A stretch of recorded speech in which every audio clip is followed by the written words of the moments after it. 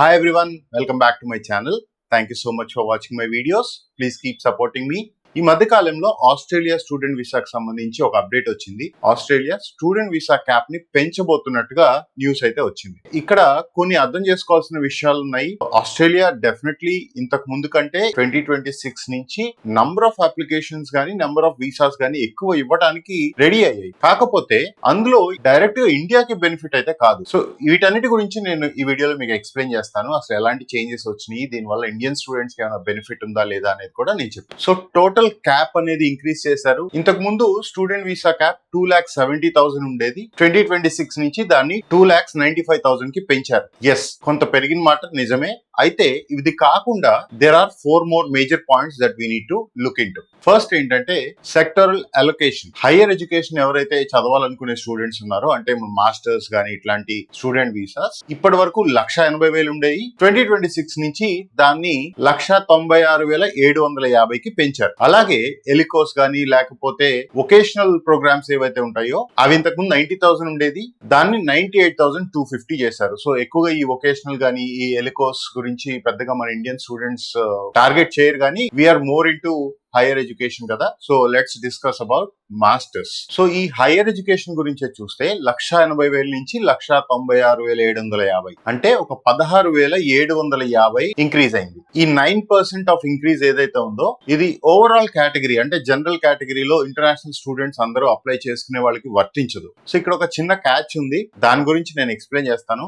So first category sectoral allocation అయితే, second ఏంటంటే there priority is to hire more number of students from South East Asian countries. So ఇప్పుడు మీకు screen మీద కనపడే countries ఉన్నాయి కదా, సో ఈ కంట్రీస్ నుంచి ఎక్కువగా హైర్ చేసుకోవడానికి కొంతవరకు క్యాప్ అనేది పెంచారు. ఎందుకు అంటే ఇప్పటికే ఆల్రెడీ ఇండియా నుంచి గానీ చైనా నుంచి గానీ చాలా మంది స్టూడెంట్స్ ఆస్ట్రేలియాలో ఉన్నారు. సో కల్చరల్ డైవర్సిటీ కోసం వాళ్ళు ఈ డెసిషన్ అనేది తీసుకున్నట్టుగా మనకు అర్థమవుతుంది. ఈ ఫోకస్ మొత్తం కూడా ఈ పబ్లిక్ యూనివర్సిటీస్ గానీ నాట్ ఫర్ ప్రాఫిట్ యూనివర్సిటీస్ గానీ ఈ టైప్ ఆఫ్ యూనివర్సిటీస్ ఈ 9% ఆఫ్ ఇంక్రీజ్ ఏదైతే క్యాప్ ఉందో దాన్ని ట్యాప్ చేసుకోవచ్చు. కానీ వాళ్ళు ఖచ్చితంగా సౌత్ ఈస్ట్ ఏషియన్ కంట్రీస్ తో ఉన్న టైఅప్స్ గురించి ఖచ్చితంగా ప్రూవ్ చేసుకోగలగాలి. అదే ప్రైవేట్ యూనివర్సిటీ గానీ ఫర్ ప్రాఫిట్ యూనివర్సిటీస్ గానీ మాక్సిమం 3% ఆఫ్ ఇంక్రీజ్ వరకు ట్యాప్ చేసుకోవచ్చు. అంటే ఇంతకు ముందు 2025 వరకు ఉన్న నంబర్ ఆఫ్ అప్లికేషన్స్ కి ఒక 3% ఇంక్రీజ్ వాళ్ళు ట్యాప్ చేయొచ్చు.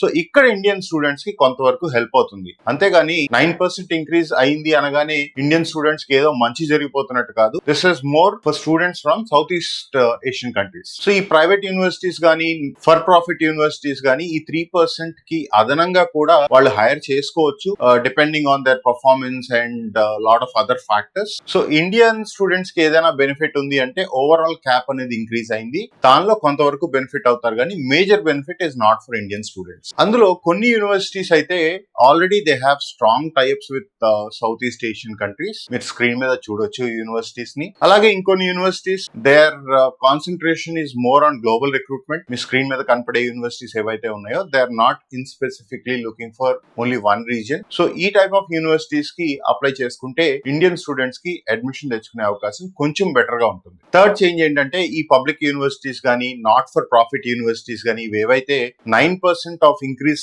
క్యాప్ ని ట్యాప్ చేయాలి అని అనుకుంటే, అంటే నెంబర్ ఆఫ్ ఇంటేక్ పెంచుకోవాలి అని అనుకుంటే ఇన్ హౌస్ హౌసింగ్, అంటే యూనివర్సిటీ క్యాంపస్ లో హౌసింగ్ గానీ దానికి సంబంధించిన సేఫ్ అండ్ సెక్యూర్ ప్లాన్స్ అనేది ప్రాపర్ గా సబ్మిట్ చేయాల్సి ఉంటుంది. నెక్స్ట్ చేంజ్ వచ్చి సాఫ్ట్ క్యాప్ మెకానిజం. ఇది చాలా ఇంపార్టెంట్. ఇది ఇండియన్ స్టూడెంట్స్ కి చాలా మంచి డెసిషన్ అని చెప్పుకోవచ్చు. ఇప్పటి వరకు ఎలా ఉండేదంటే హార్డ్ క్యాప్ ఉండేది. ఈ 2,70,000 అప్లికేషన్స్ ఏదైతే మనం క్యాప్ ఉంది అని అనుకుంటూ ఉన్నామో టిల్ 2025 వరకు, ఆ లిమిట్ అయిన తర్వాత ఆటోమేటిక్ గా రిజెక్షన్స్ అనేది ఎక్కువగా ఉండేవి. బట్ ఇప్పుడు కొత్తగా వచ్చిన ఈ సాఫ్ట్ క్యాప్ మెకానిజం వల్ల up to 80% of the limit వరకు నార్మల్ గా అడ్మిషన్స్ అండ్ డెసిషన్స్ వస్తాయి.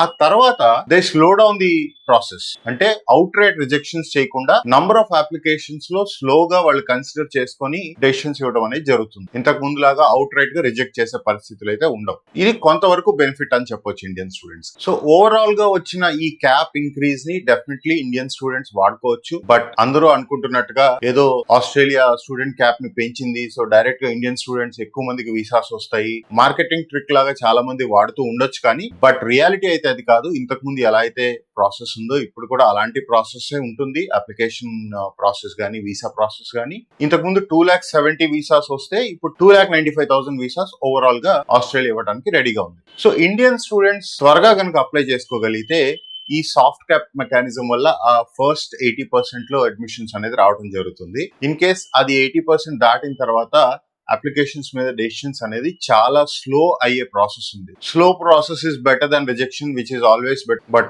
My suggestion is to apply as early as possible so that there won't be any delay in admission process or visa process. మీరు universities కి apply చేసుకునేటప్పుడు చాలా తెలివిగా strategical గా మీరు యూనివర్సిటీని చూస్ చేసుకోండి. ఈ సౌత్ ఈస్ట్ ఏషియన్ కంట్రీస్ తో టైప్ ఉన్న యూనివర్సిటీస్ కి అప్లై చేసుకోవద్దని నేను చెప్పట్లేదు. They are very good universities, public universities. So మీరు ఒక 5 యూనివర్సిటీస్ కి అప్లై చేసుకుంటే ఒక 2 యూనివర్సిటీస్ ఈ లిస్ట్ లోంచి అప్లై చేసుకోండి. అలాగే అట్లీస్ట్ ఒక 3 యూనివర్సిటీస్ ఈ లిస్ట్ లోంచి అప్లై చేసుకోండి.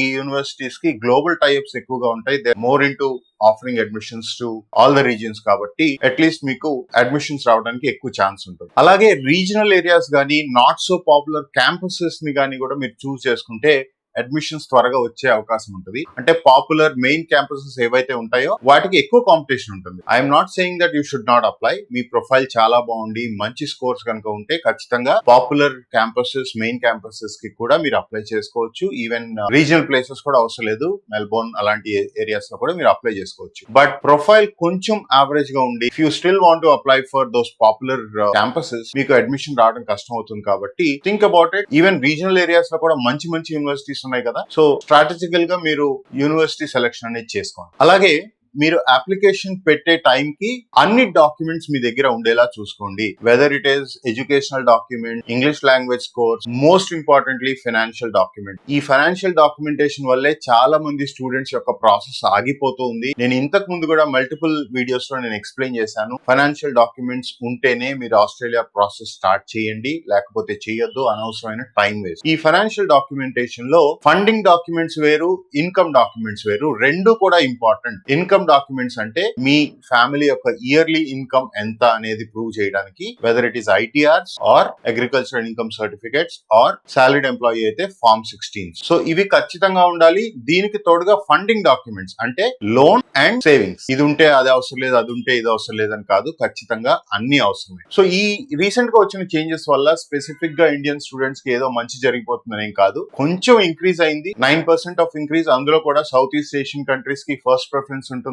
Private universities and for profit universities అయితే 3% ఇంక్రీజ్ మాత్రమే ఉంది. సో పెద్ద డ్రాస్టిక్ డిఫరెన్స్ ఏం కాదు. ఇక ఈ సాఫ్ట్ క్యాప్ మెకానిజం ఏదైతే ఉందో దీని వల్ల కొంతవరకు బెనిఫిట్ ఉంది. అది కూడా దీని వల్ల అడ్మిషన్ పర్సంటేజ్ పెరిగిద్దని, వీసా పర్సంటేజ్ పెరిగిద్ది ఇలా ఏం లేదు. ఇంతకు ముందు ప్రాసెస్ ఎలా ఉందో అలాగే ఉంటుంది. Just that out rate rejection లేకుండా 80% ఆఫ్ ది క్యాప్ వాళ్ళు ఫిల్ చేసుకున్న తర్వాత స్లోగా డెసిషన్స్ అనేది ఇస్తారు. అర్థమైందని అనుకుంటున్నాను. ఈ వీడియో కనుక మీకు నచ్చినట్లయితే లైక్ చేయండి. అలాగే మీ ఫ్రెండ్స్ ఎవరైనా ఆస్ట్రేలియా వెళ్దామని ట్రై చేస్తూ ఉంటే వాళ్ళకి షేర్ చేయండి, ఎంతో కొంత హెల్ప్ అవుతుంది. అలాగే మన ఛానల్ కి సబ్స్క్రైబ్ చేసుకోండి ఇన్ కేస్ ఇప్పుడు దాకా మీరు చేసుకోకపోతే. Thank you so much for watching the video. By.